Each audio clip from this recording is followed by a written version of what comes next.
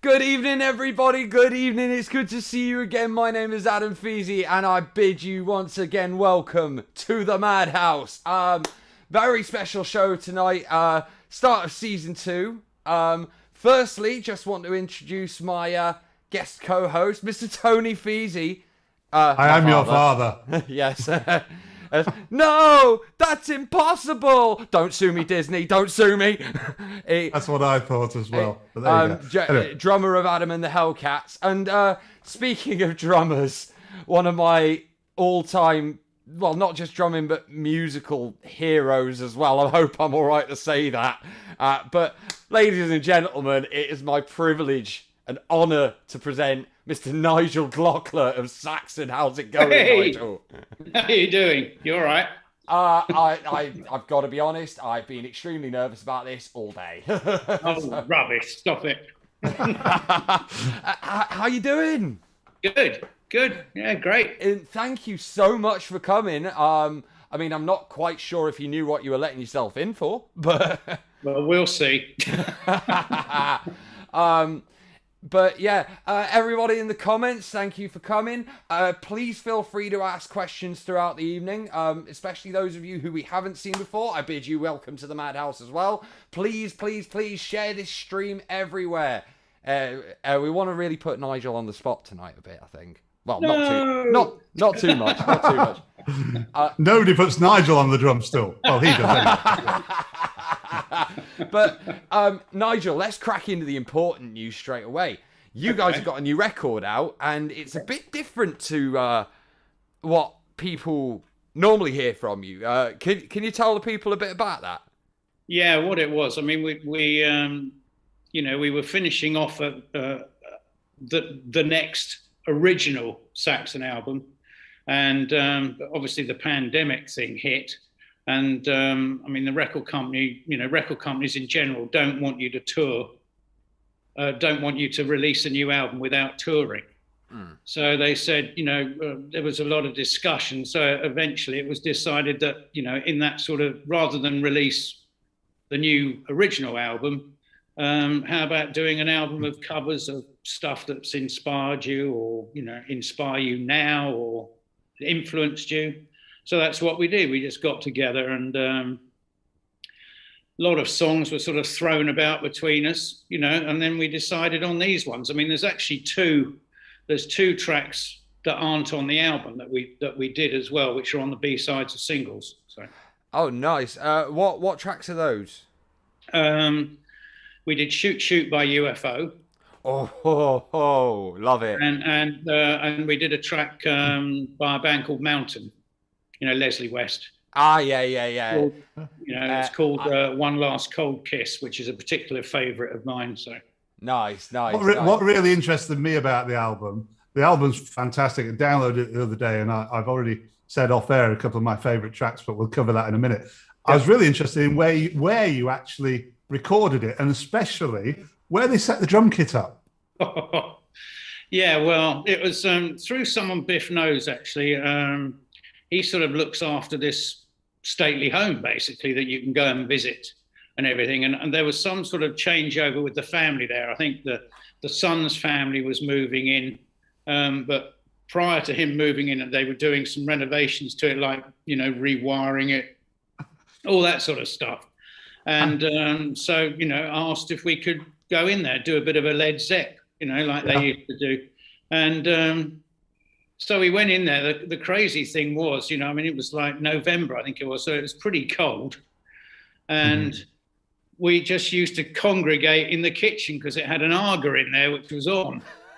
Rock and roll. There was no heating anywhere else. Oh, apart from, well, the rest of the guys were in the library, and there was a log burner in there.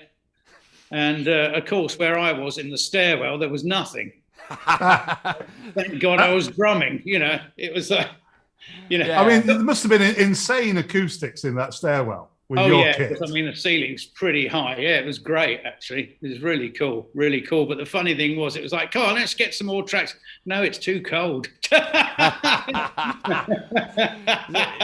No, it was good. It was a good atmosphere. But the whole thing about doing it at that time was weird because, the country then was in sort of the tier system. Yeah. The pandemic tier system, and we were having to sort of book a table to eat somewhere. You couldn't just walk in anywhere. Everything had to be booked, and so it was a weird situation. But no, it was good fun just going through all this stuff. There were a lot of other tracks that were bandied about. I mean, who knows? If this does really well, we might do another one. I wouldn't say no to that, mate. Honestly, I do have a fan question just come in, which I'm kind of interested to know as well. This one's from Kevin Ingram. There's one more second stage headline spot available for download 2022. What are the chances of Saxon being booked? I had to ask. You tell me. I've no idea. I'm sure our agent's on the case. Everybody shout at Mr. Copping. Exactly. Andy, we want the boys, man. Give him some aggro. Go on. Yeah. Andy, book Saxon. You want to. We're every year at download. Well, at least when it's on, anyway. And Tony's video's dropped out. What are you doing, Dad? Yeah, sorry. What's that? Oh. But we are every year at download. Honestly, like best festival in the world. Even better when you guys are there. So let's go a bit more back to the beginning for you. What was that first band you ever heard that made you go, I need to play the drums and I need to play them really loud? I mean, the first band I went really nuts about was, I started playing when I was 7 years old. So, it was, so then it was sort of bands like The Shadows and things like that, really, at that age that I was listening to. And then the sort of stuff came along like the Yardbirds and the Small Faces. I mean, I was just soaking everything up, Nice. But I didn't actually want to be a drummer for a career. I actually wanted to be a vet. Close. Very close. Well, but I mean, you have to deal with about 20,000 animals in front of you at a festival, so. No, it was just bizarre. But in those days, you needed Latin, and I was absolutely crap at it. So that sort of went by the by, sort of thing. So, but I was always playing. We were always like me and mates. We were always playing together, getting someone that might have a guitar and an amp or something, and I took up bass for a while actually, and I'm glad you didn't continue with that.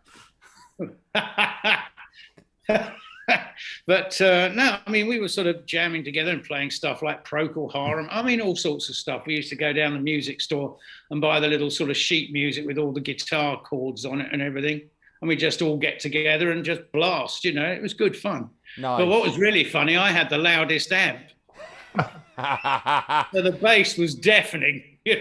No, you were destined to be a drummer then if you're the loudest in a band. Yeah, and then I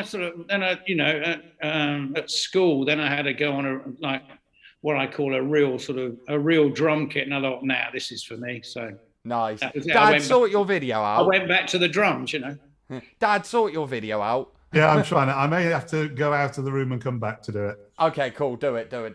But are you? You've got control of the room, yeah? Yeah. Okay. I've got control. Okay. Well, hang on. Hold on. Oh no. No, I haven't. Don't worry, I'll keep it off video for a minute. Okay. So, Nigel, the thing is that I keep saying to Adam is that when we were kids, of course, it was three lads banging away in a garage, hoping that EMI would walk past and sign you. Whereas nowadays, you can produce an album in your front room, you can put it on the internet, and you can be in the top 10 in Australia. Yeah, it's a very different world from where you started off to where you are now. Yeah, definitely. I mean, there was, a big difference as well is the way, back sort of then. I mean, even before I turned professional, record companies would sign a band for, say maybe 4 albums or something, and they would actually nurture you. And advise you and everything. And I don't think that happens so much now. You're just, you're a commodity. Yeah. From what I understand. I mean, I've read there'd be a sort of thing, yeah, the first album, yeah, that's done pretty good, but I think we can do better. Maybe we should use a different producer and stuff. Yeah. And nowadays, it's like I've read so many things of people being signed up, particularly someone say off X Factor, not necessarily X Factor, but that sort of show. And, the album bombs and they're gone. Bye. It's the same thing every year with the X Factor, to be honest.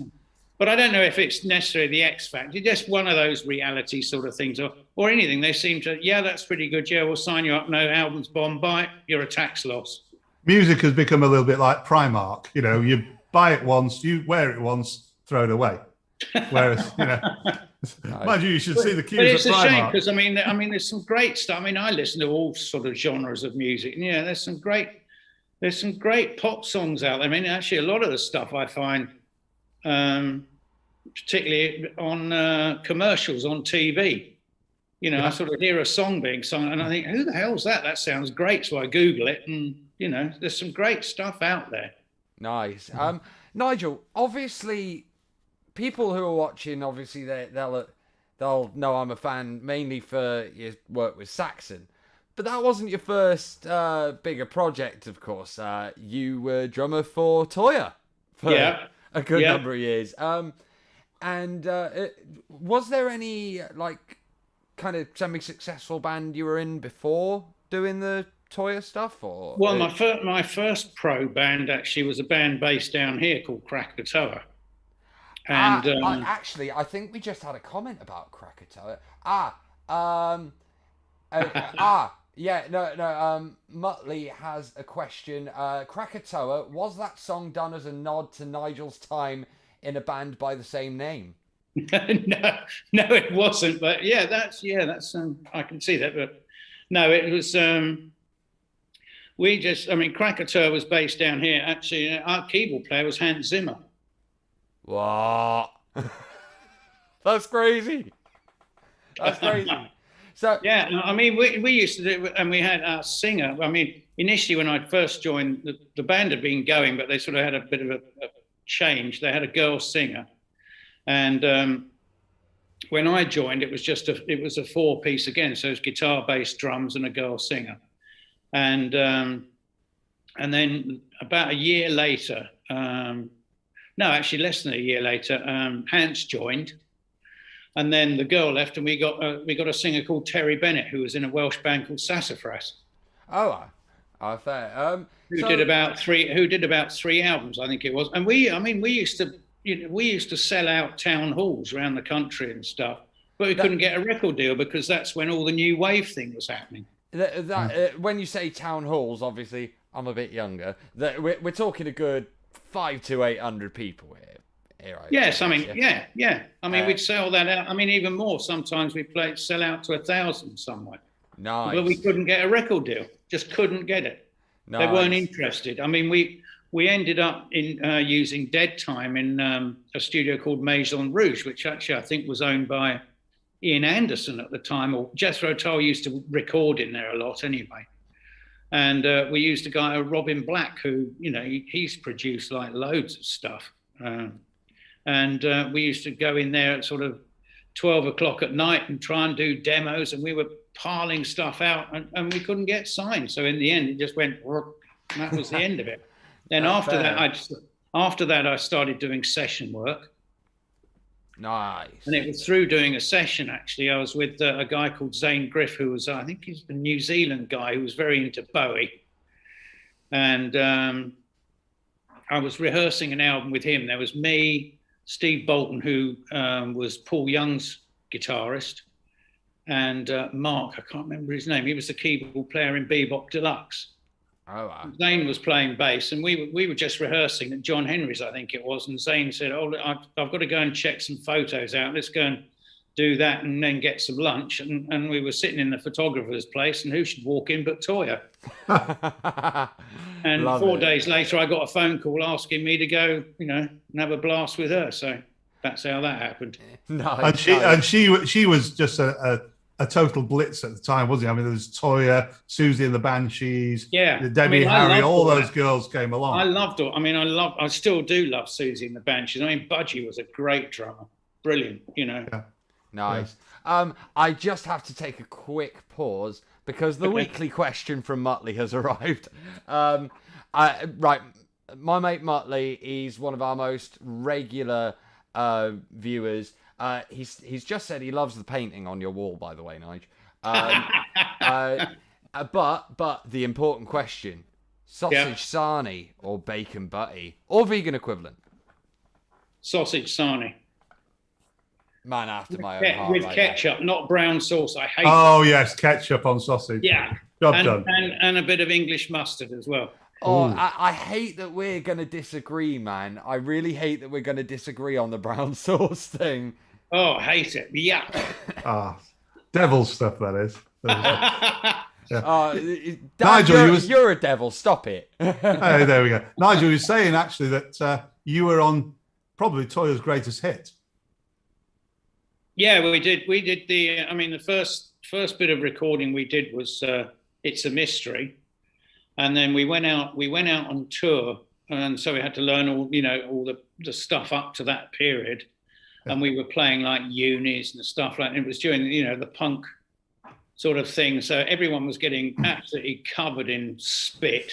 Phlegm, shall we say. Luckily, I was further back, so none of it quite got me. I was quite... But I have to have a good gob on that to get to the drummer. God, it was like, Phil, the bass player, and Joel and Toyah were absolutely covered in it.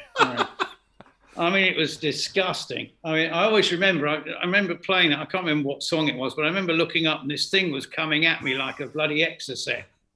And I saw it and I thought, my first reaction was, Christ, he's scobbed a long way, but I sort of willed it down so it fell before it hit me. But I saw it traverse across the stage at me.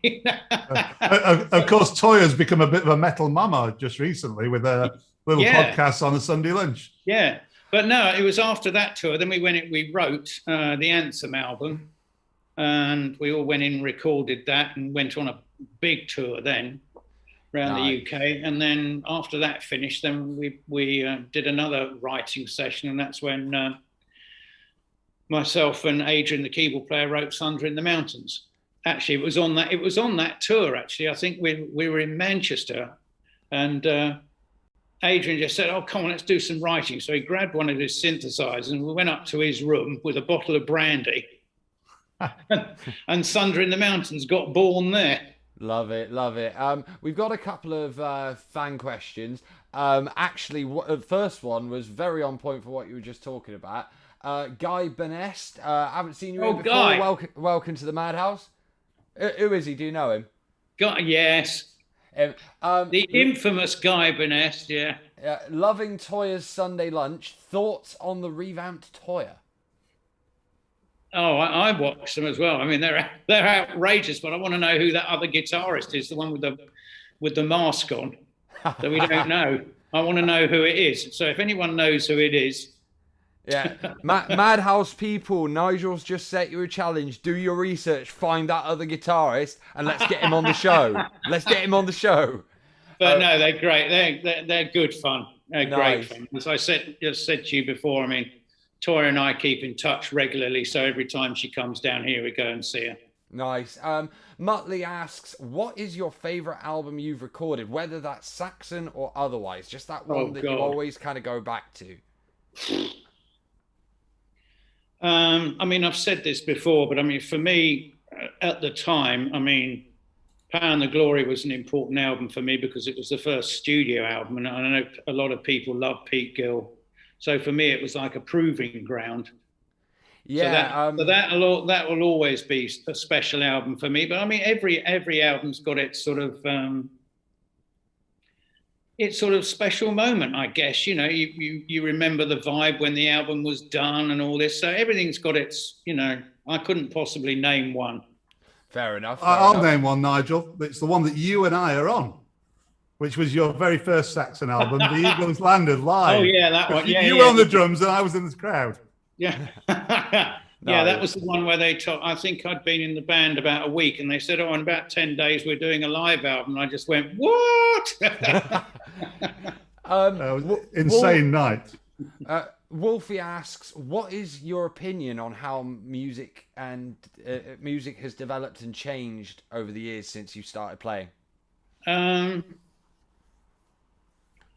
I mean, I just think, various genres have come and gone and whatever. I mean, you had the big grunge thing which exploded in the sort of, what was it, 90s or something, and you had that. I mean, there's some remarkable musicians out there now, and there's just a lot of great music to listen to. As I said to you before, I mean, I listen to all genres, and there's some great stuff to listen to. And whether I don't think it's sort of changed as such. I mean, maybe the way of recording it has changed.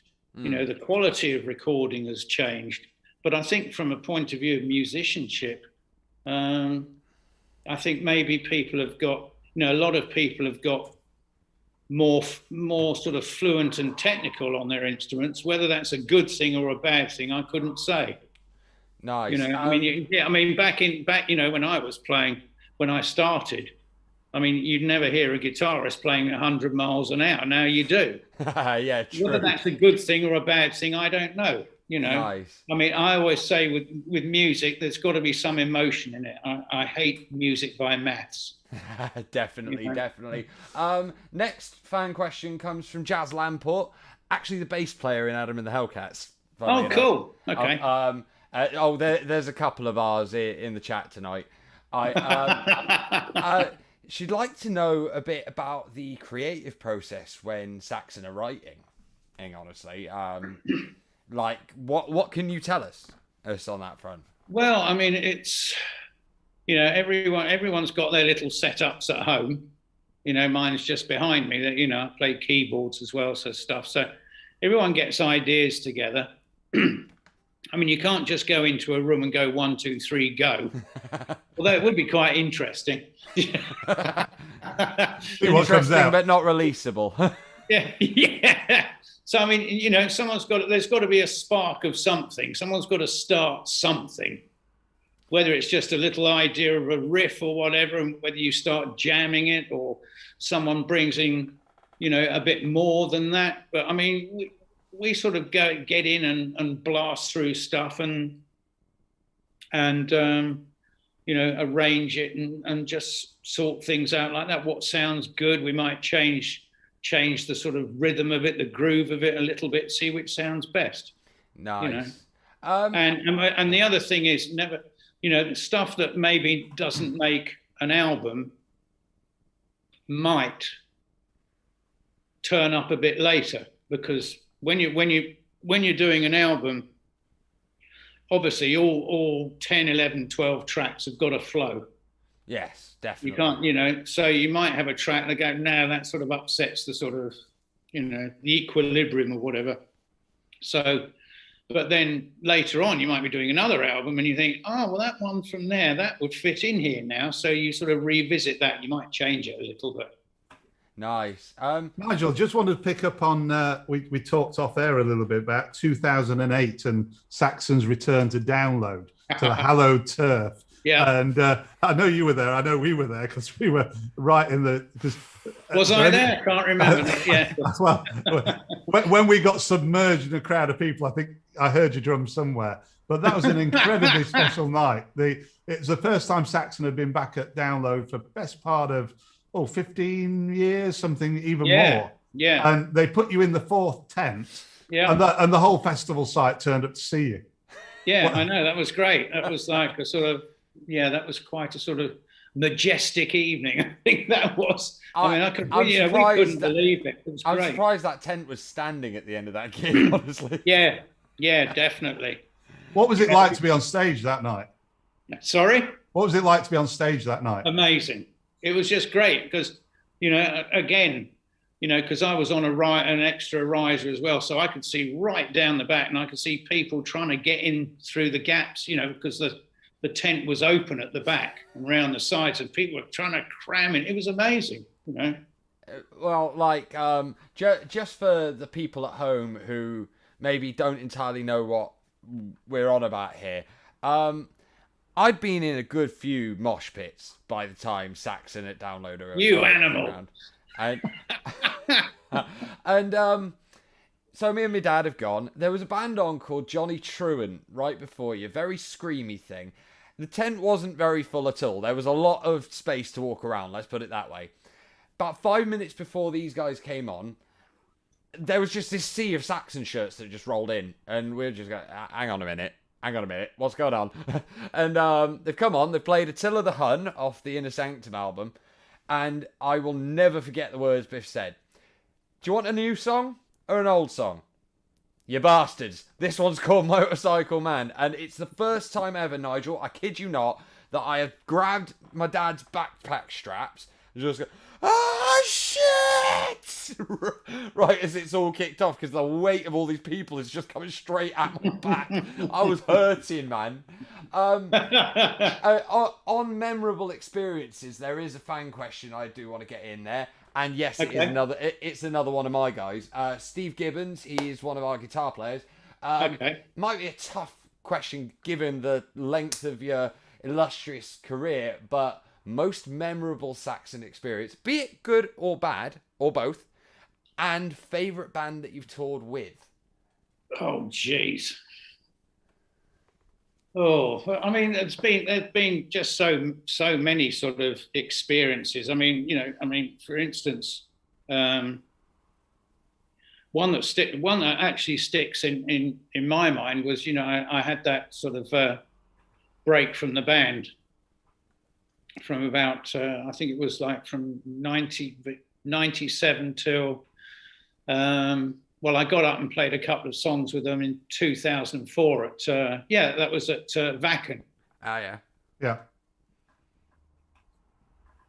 And then they said, oh, we're playing the Astoria, so get up and do a couple of songs with us then. I went, yeah, okay. And I remember Biff saying, I was like at the side of the stage, and Biff saying, we've got someone special coming on now, and the whole place started chanting Nigel. How they knew, I do not know. And I was on the drum riser. I got up on the drum riser, and I was bawling my eyes out. From remote, that just like, whoa. And Biff turned around to me as if to say, told you. Yeah. Sign here. See, my first time ever seeing Saxon was actually without you on the Lionheart tour. Okay. Cardiff Coal Exchange. Still amazing gig. Yeah. But like first time seeing them with you. Jörg. Yeah, with Jörg Mikkel. Yeah. Yeah. First time seeing them with you though, it just felt proper. You know what I mean? It felt right. Like I can't really explain it. I'm not sure any other drummer really suits them at this point. Nigel, can I ask you a sort of technicals? I mean, what I love about your drumming, and when you go to a gig, you always try and watch the person that plays the instrument that you play. Yeah. And I tell you what, you're the most difficult one because you're hidden behind this humongous drum kit, which I love because that for me is good old-fashioned British heavy metal. As many drums, as many cymbals, everything you can possibly hit. How long does it take your guys to actually set that thing up every night? He can set it up pretty quick, actually. He can set it up pretty quick. But I mean, it depends, it's sort of, we normally sound check probably around 4 o'clock. They get in the morning. But he cleans it every day as well. Wow. So, polishes the cymbals, everything. Everything gets polished as it goes up. So it varies, but it's usually pretty quick.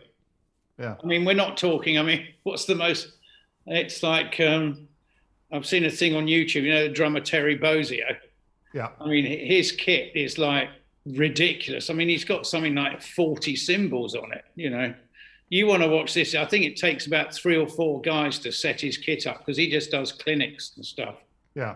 But I look at your kit and the various pictures I get to see it. By the way, we do need a Nigel cam for the drummers out here. We want to see you doing your thing. We'll have to sort that out for the next tour, then, maybe. Yeah, honestly, it'd be brilliant because I hear you playing it, but I want to see where you're going with it. Funnily enough, you're saying that. I quite like the way I've seen Mike Portnoy does it sometimes. He plays from the side of the stage, facing across the stage. But the first person I saw do that was BJ Wilson from Procol Harum.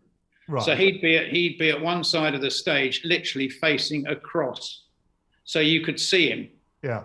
You could see everything he was doing. I could see your sweatband, and that's about it. And the sticks come up occasionally. Yeah. And then when you hit the drum solo, off it goes, and you must hit everything in that kit within about 4 minutes. There's nothing left unabused, as it were.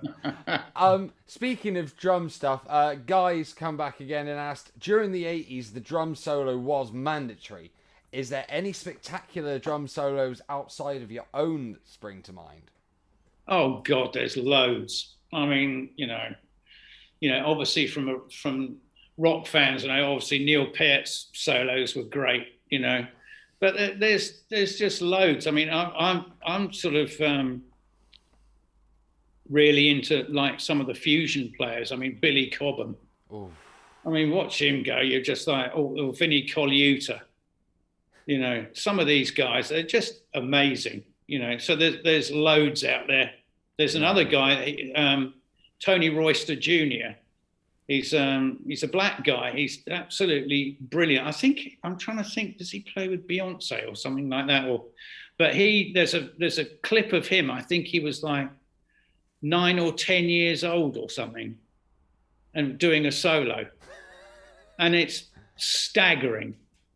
For a kid that age, I mean, literally, it's staggering. And he said, this is in honor of Tony Williams. He was a great jazz drummer. And there's this like kid of 10 or whatever he was, and he was into Tony Williams. I'm like, whoa, That's an educated young man right there. Oh, God, it's brilliant. And I mean, what a player he is now. He's just stunning, But there's a lot of players like that. Another guy, Marco Miniman, he's a brilliant player. There's loads of them, loads. Nice. Mind you, I saw you beating hell out of a electronic kit sometime last year. There's a little video that Gina put up, and I've never seen anybody play electronic kit like that. Well, I used one to practice on. It got the full Glockler treatment. Well, of course. Now, Nigel, just a personal question. We gentlemen of a certain age. Is it getting any easier, or is it getting harder to do a 2-hour Saxon gig? It's like it's weird once you start. I've always found it sort of over the years. You have a break, and then you start rehearsing, and it's great. And the first few shows are like, oh God, But then by the end of the tour, you really sort of gelled into it, and you're playing. For me, I always find I'm playing my best, and then the bloody tour stops. You go on your solo tour. You really get into it, and it's like, 2 hours, that's nothing. I mean, the one thing that happened once, I remember when we brought out Innocence is No Excuse. Generally what we used to do, well, what we still do is sort of work out, basically how long a set's going to be. Mm. And I can't remember. We went to Spain and did some videos for it, and then we did a show in Madrid. And for some reason, we didn't actually suss out the length of the gig. We're just we got to play that. And Biff was we played about 2 3/4 hours. Oh, right. And it was like non-stop, bang, bang, bang. It was like I was trying to grab a glass. I think I had 2 mouthfuls of water the whole gig. And I walked off there like Douglas Bader. Oh, blimey. I was like, geez, actually Dobby turned around and said, you need a medal for doing that one. I was like, geez, You see, this is what these singers and guitarists don't understand, is that all night as drummers, you've got 4 limbs going. You're suspended in midair on your drum stool, and they walk off. They're like, oh, we're going to the bar. And you're like, oh my God, I want to go and have a lay down now. Please. That was an absolute nightmare. It was sort of like, quick, water. No, we start the next one. Throw that away. Start again. It's like, God. And you imagine, and this was in the summer. So it was. Jeez. That's awesome. Talking of water, we saw you up at Steelhouse Festival in South Wales, up on top of the hill, Yeah. in a monsoon. Oh, It can God. only be put there. I mean, Yeah. we've been there 3 days in that monsoon before you ever got there. I remember it was coming down so hard. Biff was holding an umbrella. He got his microphone underneath and saying, "Look, if this one goes, we've had it. We're in." And then turns back to you and said, "You're dry enough up there, Nigel, because you were under the cover. Yeah. You were about the driest on the platform." Of course. See, drummers do have some luxuries. Yeah, we do. We do. Yeah. You know, unless the awning over the top of you splits. Is there a story there, Nigel? No, there isn't. No, there isn't. Are you sure? Yeah, Are you possible. sure? Yeah, I'm positive. Fair I enough. tell you what, we ought to throw in a very quick commercial break here for your lovely wife's candles. Oh, thank you. Just, I don't want to be kneecapped by Gina at the next gig. That's all, really, when she's prowling around the auditorium. But your good lady has a fantastic range of candles for all sorts of things, isn't she? Yeah. She's been doing that sort of. She sort of had this idea, and they're sort of all inspired by song titles or bands or genres, you know, and the sort of fragrances of them, you know, go with whatever the title is.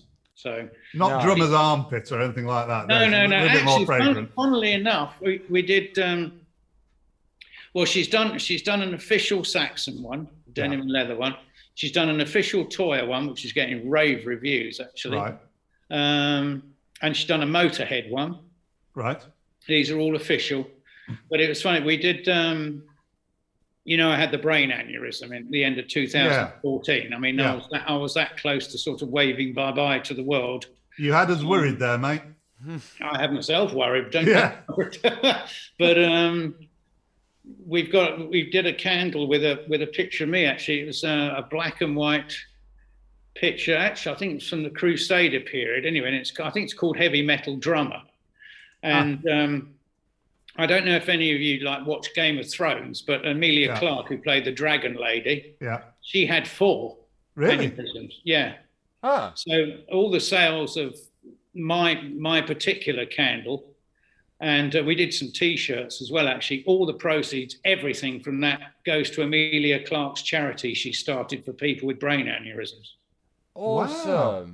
Awesome. So anyone out there, you know, wants to, you know, get it. And funnily enough, our promotional lady in Germany, you know, I know her and her husband really well and everything. She spoke to Gina and said, because she ordered one of my candles, and she said, "Nigel's candle smells the best. I want your husband."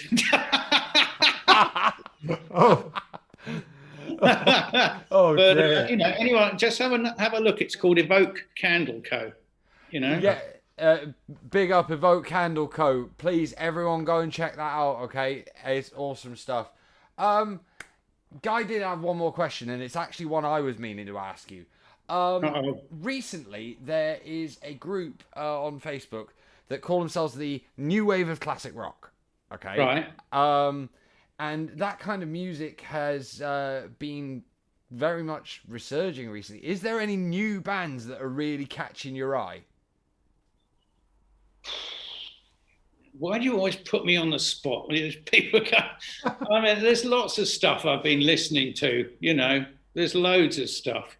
I just can't pick out any one particular thing, to be quite honest with you.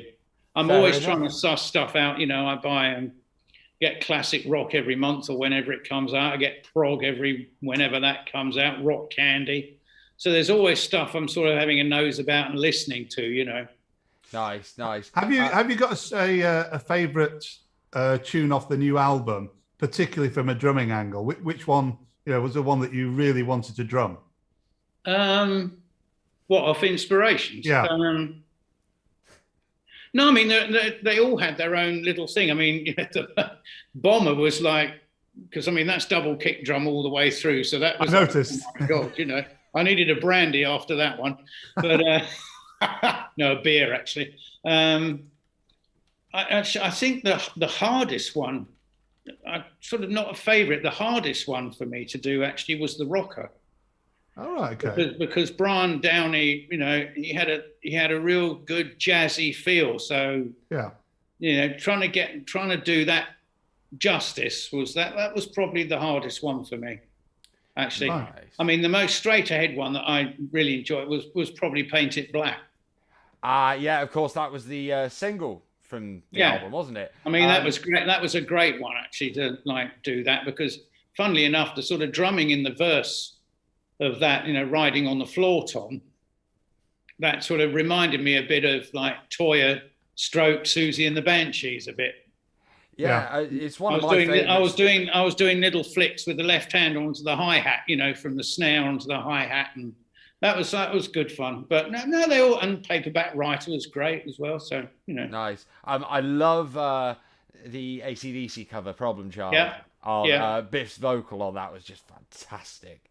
Yeah, that is great. That is great. And, you know, and it was nice to do. I mean, I know it wasn't their song per se, but it was nice to do the Sabbath Evil Woman. I mean, that was one of my choices because Sabbath was the second ever gig I went to.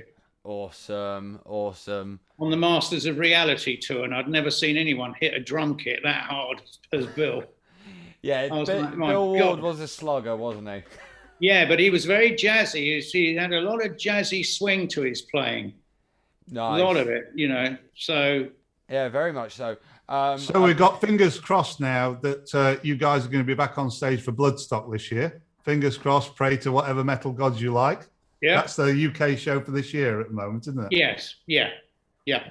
And then, of course, Judas Priest are on that one as well. Yeah, because we're on just before them, so that'll be good fun. Nice. Because, you know, we did the tour with them a few years ago in the States. Honestly, if we didn't have a gig the same weekend, we'd cut them. But actually, we have a stand-in bass player for that gig because our bass player Jazz already has tickets for Bloodstock. Jazz, go and bother Nigel at Bloodstock, would you? We've got tickets that have been growing dust on the shelf there for the Eagles and Castles tour. Is it Castle and Eagles or Eagles and Castles? One of the ways. Yeah. So that's now been put back into next year, isn't it? Yes. Yeah. We're looking forward to those, you know. And can I ask a British legend like yourself, you do still call the Hammersmith Odeon the Hammersmith Odeon, don't you? Yes, I do. Absolutely. Damn Thank right. goodness for that. None of this Eventum Apollo rubbish. No, I can't. I mean, I can't treat track. It was Labatt's for a while, wasn't it, or something? I think. Oh, was it Labatt's Apollo, or I don't know. Oh, forget it. It's always Hammersmith the Hammersmith Odeon. That's what I call it. And of course, back in the day, if you had Hammersmith Odeon on your tour, you made it. That was it. Yeah, it was a great gig. I mean, that was always the gig where I got the most nervous, I guess, because there were always so many bloody press there. Right. And I think it was a sort of thing, you know, oh God, it's London. It's nowadays I try to ignore it. Every gig to me is you know, there's nothing, you know, just so I'm playing London and, you know. Yeah. Of course, it was pre-arena days. You know, I said to Adam yesterday, you know, when Rainbow first came out, they were playing ice rinks. There wasn't any arenas out there. Yeah. So Hammersmith Odeon was the place. I remember seeing Quo sold it out 14 nights in a row.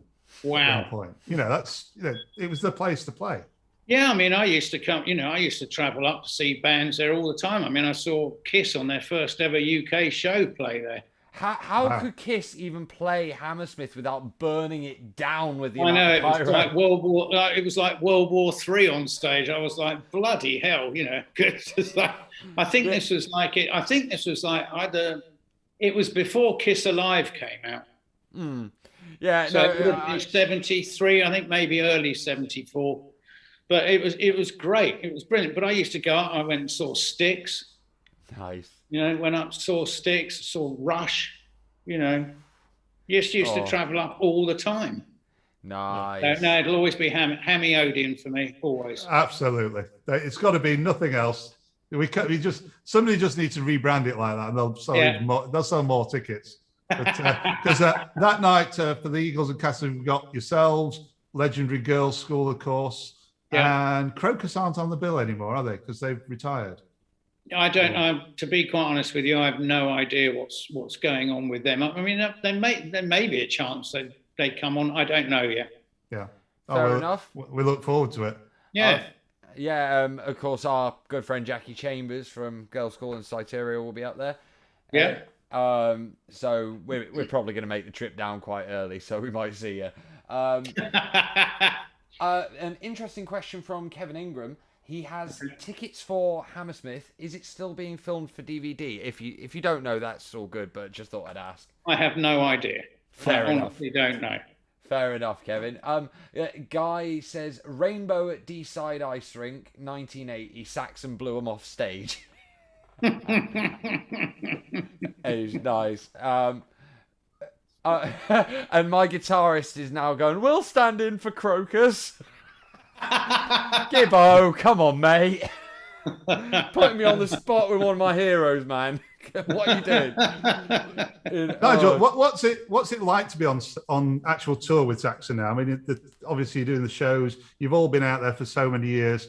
I mean, a band is a band. Is there sort of, those days where you guys just go, look, this is a quiet day. We're just going to walk our own route and then back on stage later. What's the sort of camaraderie between Saxon nowadays? Well, I mean, there is a camaraderie, obviously, but I mean, once you've been on tour for, I don't know, say 3 weeks or something like that, and we tend to use a tour bus rather than hotels. Actually, personally, I prefer it.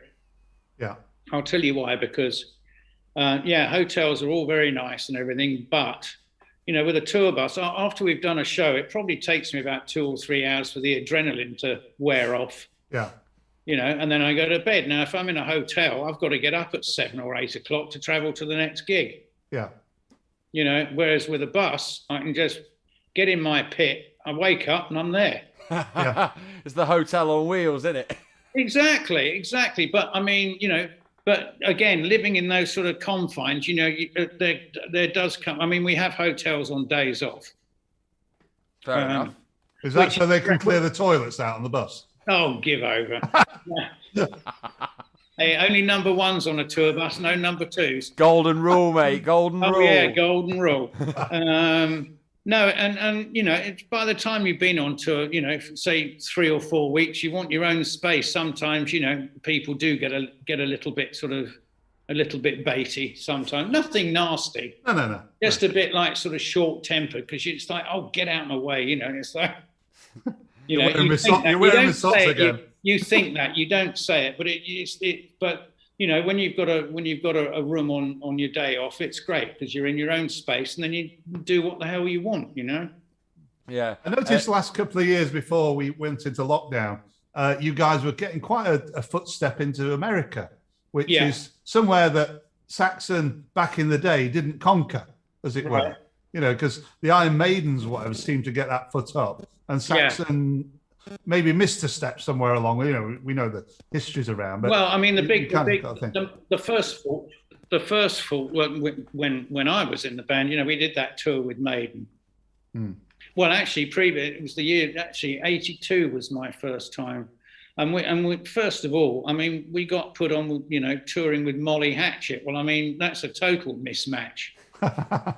Molly Hatchet, and then later on, we were sort of zigzagging between Triumph, Cheap Trick, Rainbow.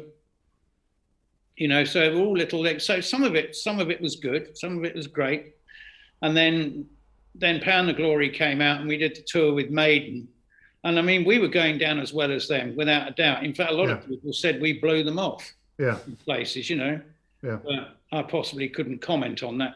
But very diplomatic of you, Nigel. But I mean, I'm just saying what people said. I mean, I like Maiden, they're a great bunch of guys. I keep in touch with Steve quite a lot. I know Nico very well. Yeah.